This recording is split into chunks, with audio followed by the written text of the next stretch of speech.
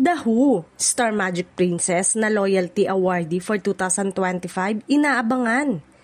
Mainit na usap-usapan ngayon sa showbiz world ang mysterious clue mula sa Star Magic. Sino kayang Star Magic Princess na tatanggap ng Loyalty Award para sa 2025?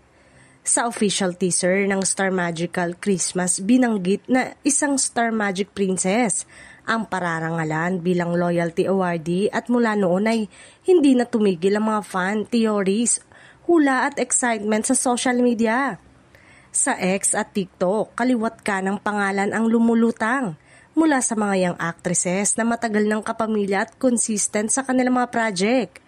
May mga nagbabanggit na iyang superstar tulad nina Kim Chiu, Julia Barreto, Catherine Bernardo at iba pang long-time Star Magic artist. Ngunit dahil princess ang clue, maraming netizen ang nagtataka kung eto ba ay tumutukoy sa younger generation stars na lumaki at nagtagumpay sa Star Magic mula pagkabata. Hindi basta-bastang award ang Loyalty Award ng Star Magic. Ito ay ibinibigay sa mga artistang nananatiling kapamilya for many years. Sa kabila ng network shutdown, pandemya, network shift at iba pang pagsubok, consistency, commitment, faithfulness to the ABS-CBN family long-standing contribution sa entertainment industry.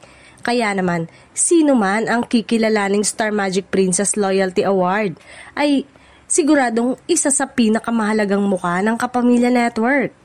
Bukod sa big reveal, inaabangan din ng mga fans ang napakaraming pasabog, glam looks, reunions at kilig moments ng Kapamilya Stars sa taunang all-white Christmas celebration. Ngayong trending na ang hulaan, mas lalo pang umiigting ang excitement sa social media. Ang iba naman ay kanya-kanyang clue, decoding, habang ang iba naman ay sabik lamang makita ang princess na pararangalan sa harap ng buong Kapamilya community.